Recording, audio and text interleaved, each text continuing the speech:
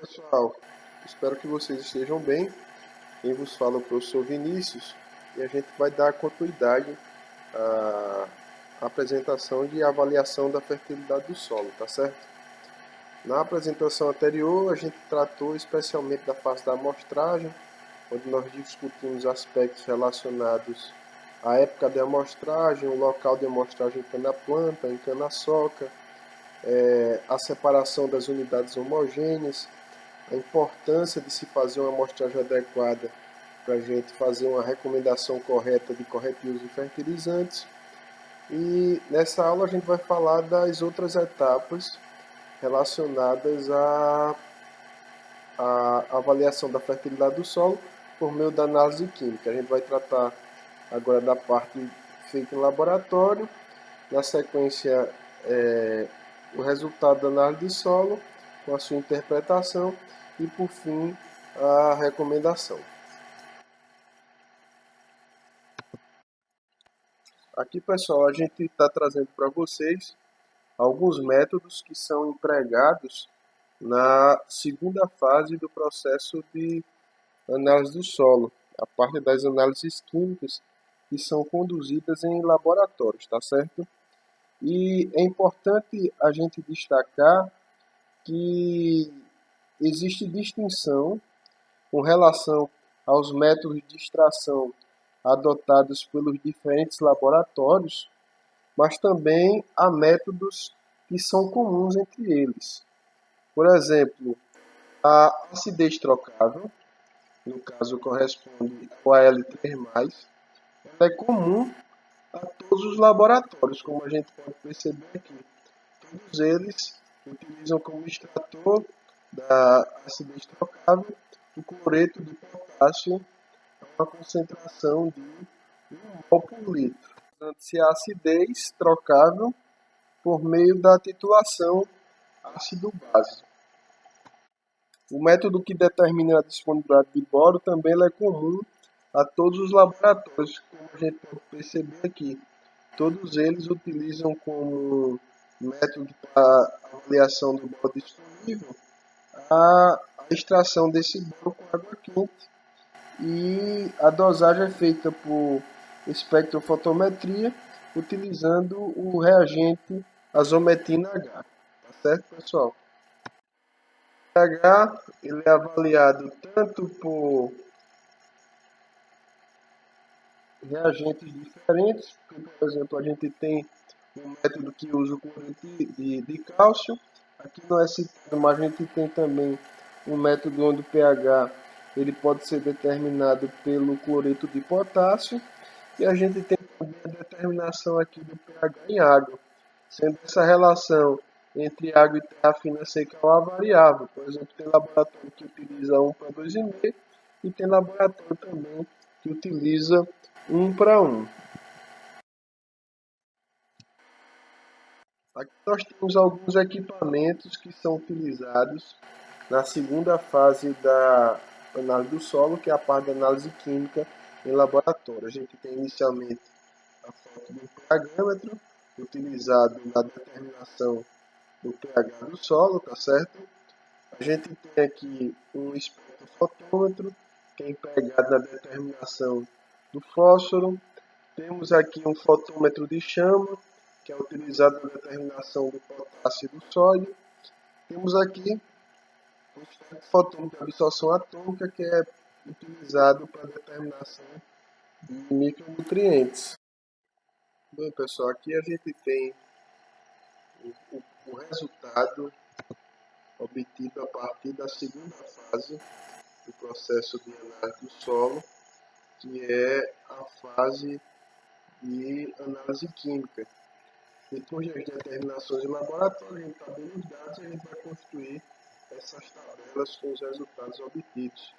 Por exemplo, aqui a gente tem uma tabela informando primeiro a profundidade de amostragem, de 0 a 0,20 centímetros, a altura de 21 a 40 centímetros, e a terceira profundidade de 41 a 60 centímetros.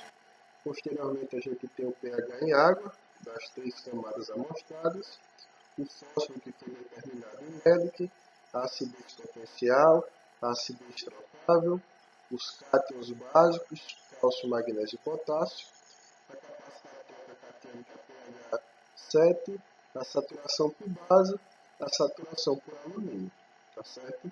Todas essas são informações importantes e que foram obtidas a partir da determinação realizada em laboratório.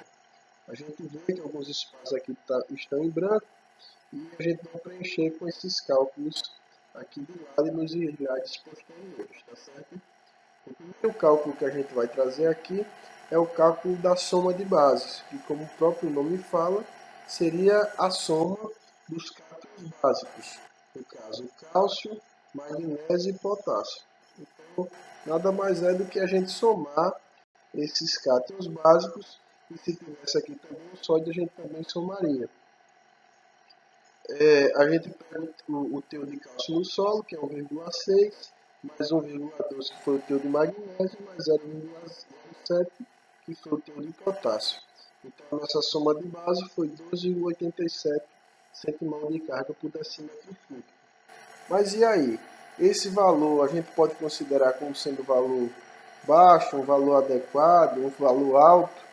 Então, a partir desse valor, a gente vai para a terceira fase do processo de análise do solo, que seria a parte da interpretação. A gente vai comparar os nossos valores obtidos na determinação feita em laboratório com tabelas de interpretação de classes de fertilidade. E no caso, para a soma de base, a gente tem ele está presente nessa faixa aqui de 1,81 a 3,60, que classifica essa soma de base como sendo uma soma de base média, tá certo? Ribeiro, em 1999, ele lançou essa classificação aqui para o estado de Minas Gerais. E se a gente pegar o pH de 5,4 na sua classificação agronômica, esse pH é considerado como na classe baixa, no caso, né?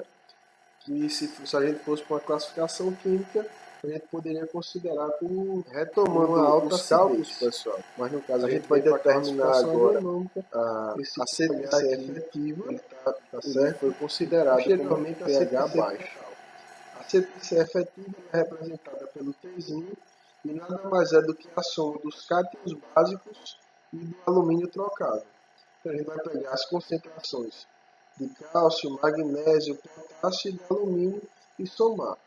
E a soma desses cátions aqui deu uma CTC efetiva de 3,07 centimol de carga por decímetro cúbico.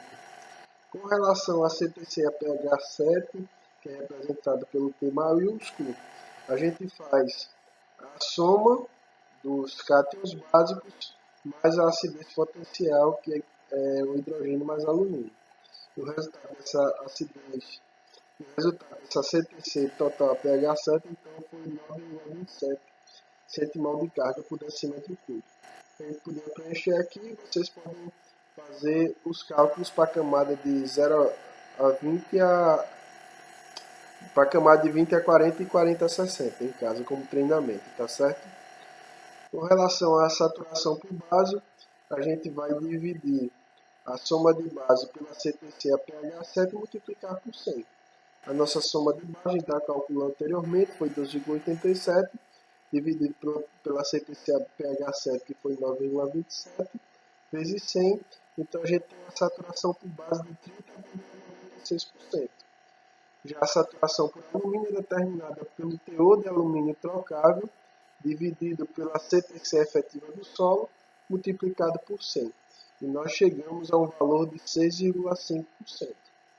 A gente pega esses valores e compara com as tabelas de interpretação, que aqui no caso a gente utilizou a tabela de Ribeiro, 99, que estabeleceu critérios para a interpretação de solos do estado de Minas Gerais.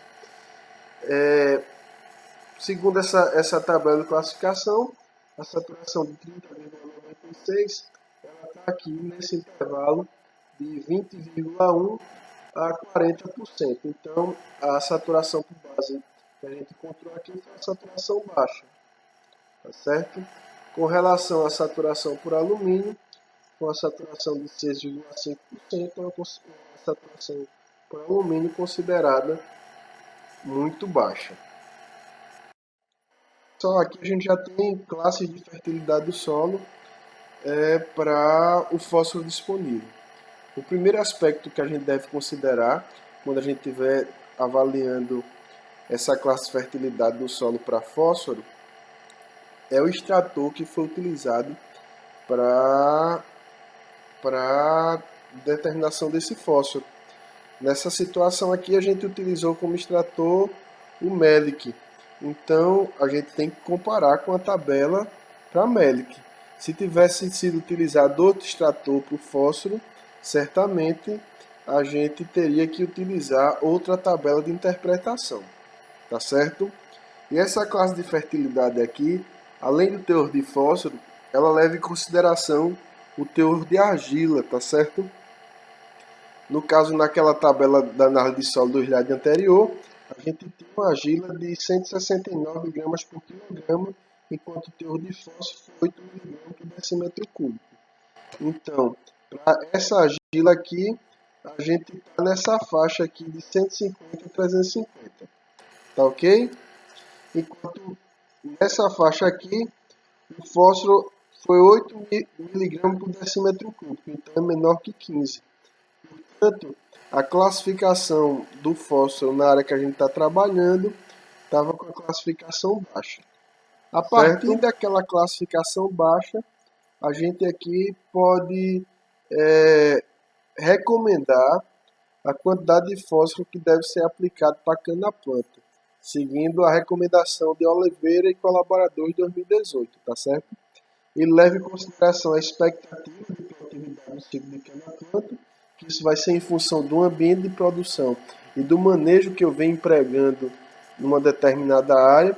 Por exemplo, se eu tiver uma expectativa de produtividade de 150 a 180 toneladas por hectare, considerando a classe de fertilidade do solo que foi baixa para fósforo, eu tenho uma recomendação de 90 kg por hectare. Se eu tivesse uma expectativa de produtividade menor que 100, a minha dose de fósforo seria 70 kg por hectare. A tabela de interpretação e recomendação de fósforo para Pernambuco.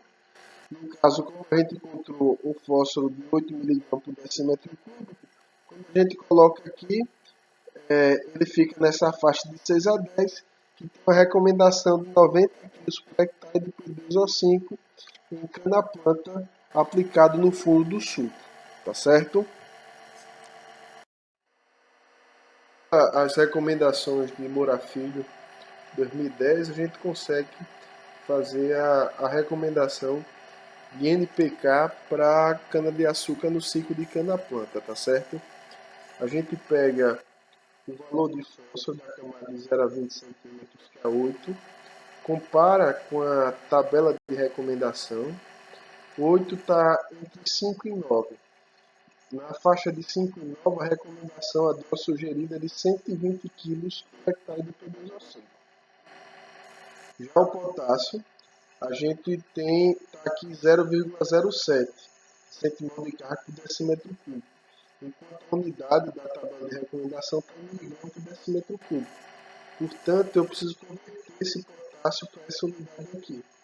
Então, eu fiz aqui a multiplicação de 0,07 vezes 390, que é o fator de conversão de potássio de centimol de carga por decímetro cúbico para miligrama por decímetro cúbico. E nesse teor aqui de potássio, ele se encontra na faixa de 0 a 40, com a recomendação de 140 kg por hectare de K2O. Então, a recomendação aqui para o ciclo de cana-planta seria 60 kg de nitrogênio, 120 kg de P2O5 e 140 kg por hectare de K2O. Certo? E assim, pessoal, nós finalizamos o módulo 1 de avaliação da fertilidade do solo. É importante que vocês façam as leituras dos materiais que estão disponíveis na plataforma e que vocês também façam as atividades que foram propostas. Um abraço e até a próxima.